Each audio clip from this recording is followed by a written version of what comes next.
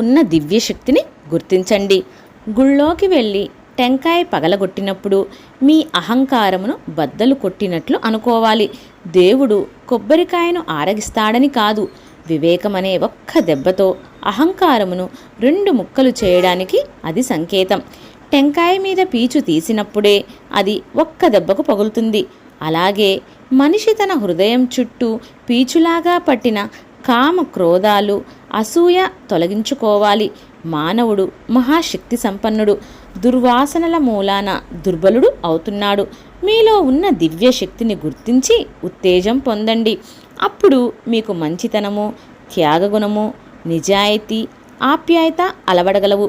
మంచి మాటలు వినండి, మంచి దృశ్యాలు చూడండి, మంచి ఆలోచనలు చెయ్యండి, మంచి పనులు ఆచరించండి.